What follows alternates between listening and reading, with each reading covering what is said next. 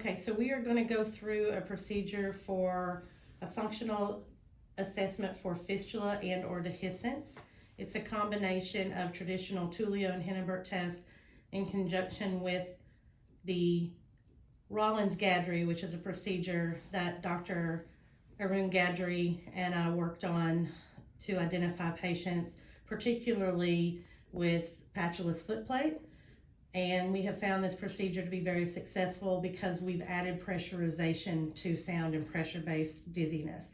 We're just going to go through each steps, basically from traditional all the way to the end.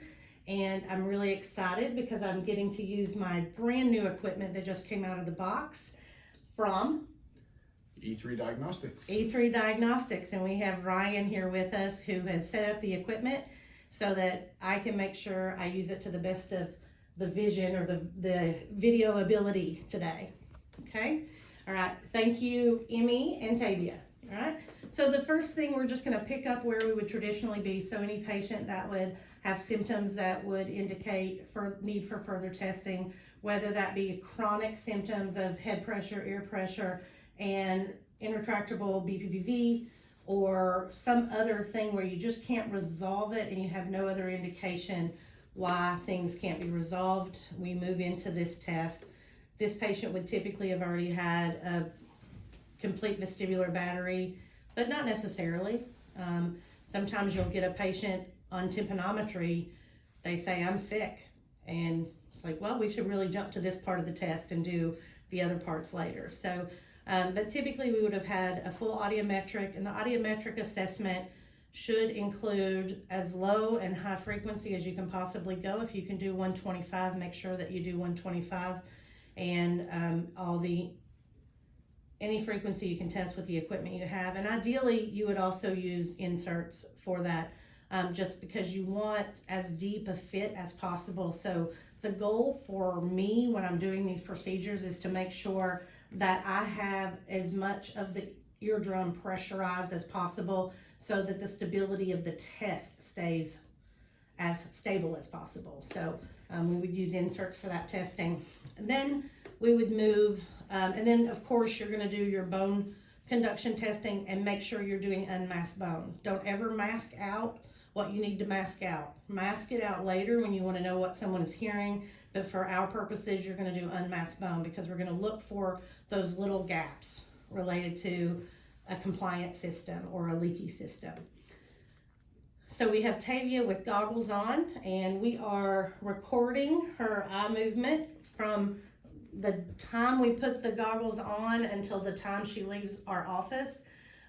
We're always going to make sure that we're doing a test for spontaneous. A lot of the patients are already a little dizzy, they're a little something, they may have just little eye movements, and you want to get a good recording of anything that's subclinical. And then Emmy, our resident, would have done a somatosensory organizational screening or a posturography test to identify the safest way to test Tavia and help us get the most results, because we're really going to be modifying or monitoring eye movement as well as stability. So we know that Tavia can stand easily on a foam surface with vision denied without assistance. We are going to make sure she's safe. We typically will put our patient in front of the exam table and say, if you start to fall, we'll push you backward. And then we're on the sides, or, supporting the patient on either side. So in this case, Tavia, you're only going to have Emmy on one side because we're trying to keep the video clear so we can watch from a couple of angles, okay? So what we're going to do is start with just a traditional Tullio test. So we're going to get Tavia up on the foam. Emmy, help her. Can I get her in the middle? Center. Yep. If you can combine this with a force plate or a screening SOT, whatever system that you have. In our case, that equipment's in a different room, and we want to focus on the eye movement here. So we can see she's very stable. Before we got her up there, we would have put some earphones in her ears to do the Tullio test. In this room, we're just going to put some earphones over the test and talk through it. So Tavia, go ahead and step back off the foam. Emmy, you got to help her every time. And just lean back. We're going to get the earphones on. anytime you're gonna do, really, I think any test, if dizziness is involved and you're doing a test of the ear, anytime you can test the ear sound wise and eye wise or balance wise, I think you should do that. So we're gonna get her up on the foam again. And again, we're recording this whole process. I also like to record my voice as I'm talking through the test, so that way if I review it later, there's information for me, okay? So we've got her stable. So what we're gonna do, then Emmy would go to the audiometer that's directly behind her, but she's not really, you don't really have to go there, Emmy. And what we're gonna do is present a loud sound. So I typically tell the patient, this sound's gonna be loud. It's gonna start at 125, and we're gonna usually do that around 60 decibels. So loud, but not super loud, just to prepare the patient. So we would stimulate the ear with sound, and we tell the patient each time, we're gonna stimulate your ear with sound. And what we're gonna do from there is go from low pitch to high pitch. And then I would tell the patient, I would say, Tavia, at the very end of this, I'm gonna ask you how you felt. Because the reality is, with a chronic injury that causes a fistula or a long-standing dehiscence or something that was there from birth and just didn't completely close up, the symptoms are going to be mild. They're going to be very, long-standing. They're going to be mild and chronic, and they're going to tell us as much as anything when it relates to presenting.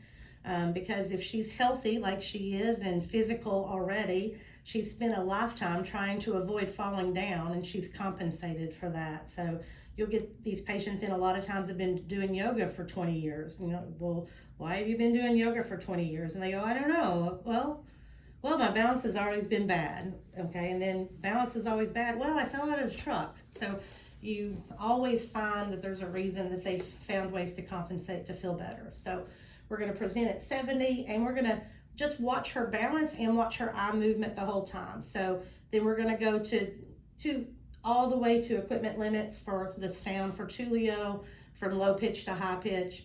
And we're gonna watch for sway in the patient. We're gonna watch for nystagmus and eye movement. Mostly you're looking for horizontal or vertical movement when you're just doing sound.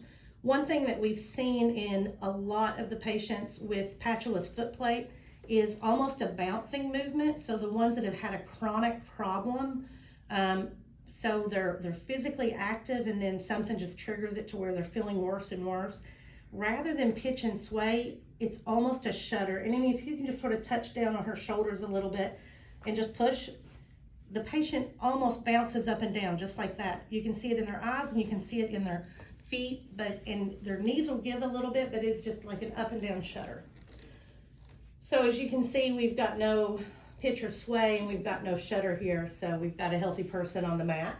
The next thing that we're gonna do, leaving all of the equipment in place, we're going to move into pressurized testing, and this is the difference. So this is the procedure that we have named the Rollins-Gadre procedure, and it is using admittance testing to pressurize the ear and deliver sound and pressure changes. And we think it's really important, and why it matters is every time you think about a Hennebert test, people would say, okay, well, you would deliver pressure, and how would you deliver pressure? But these people with these chronic problems have such slow leaks, and they say, well, loud sounds make me dizzy, or when the weather changes, it makes me dizzy.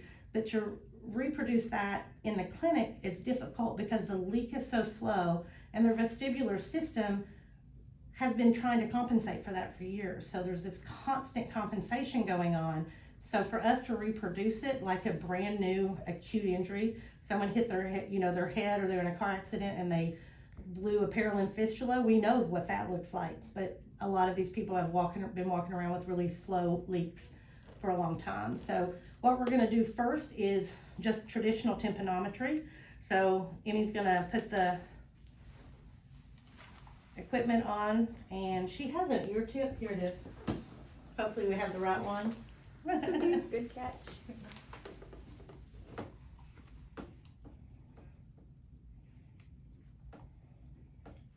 Might need a little more lag.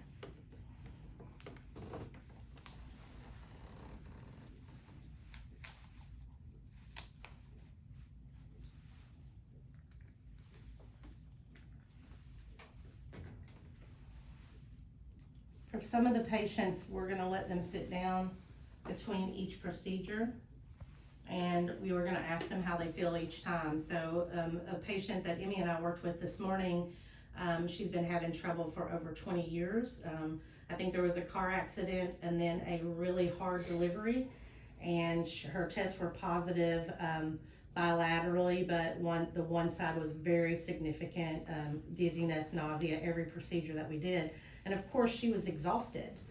She's been trying to be healthy her whole life, and she looks fairly healthy, but between procedures her legs were like jello. So we would give her a break because we don't want to measure a cumulative effect of fatigue and or symptoms. We want those symptoms to go away. We have also had patients that we had to do one ear at a time, because once they're nauseated and spinning, in some of their cases they just can't stop. So I say, well, let's go home and let's do the other ear next time.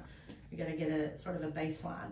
So she's ready. What we're gonna do is just pressurize the ear, just like we're gonna do traditional tympanometry. And that's all we've done. So then we're gonna move to reflexes. 230.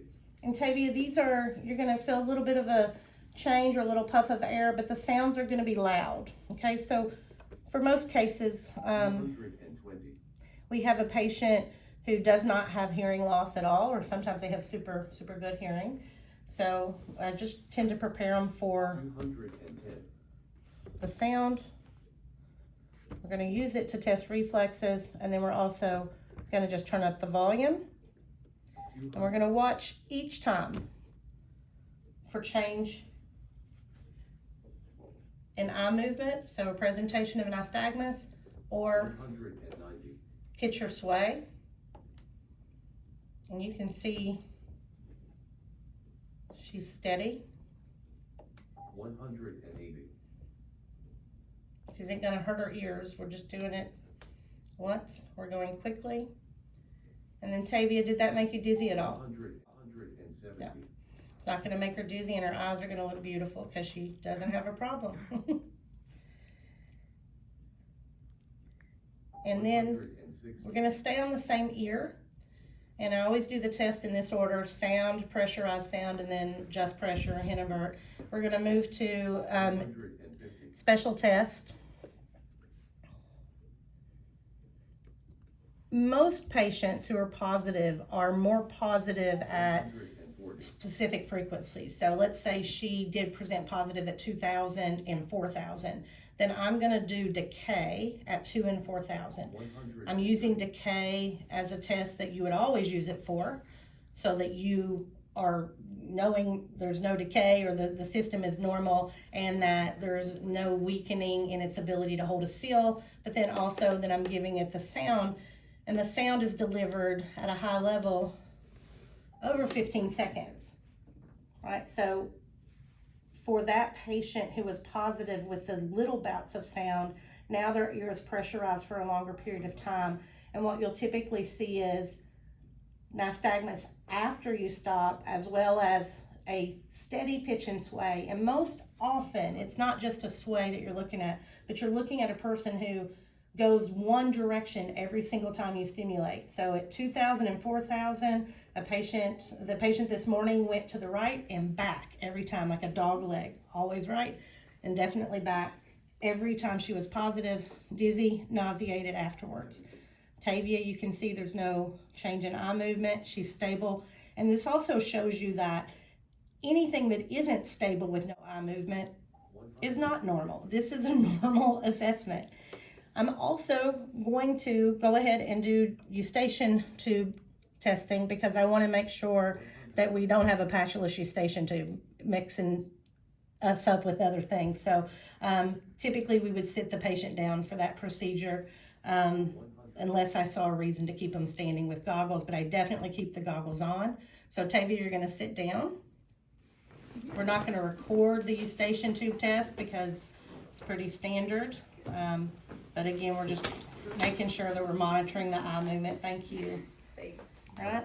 And then the next thing that we're going to do is just a Hennebert test. So we do just a direct pressure.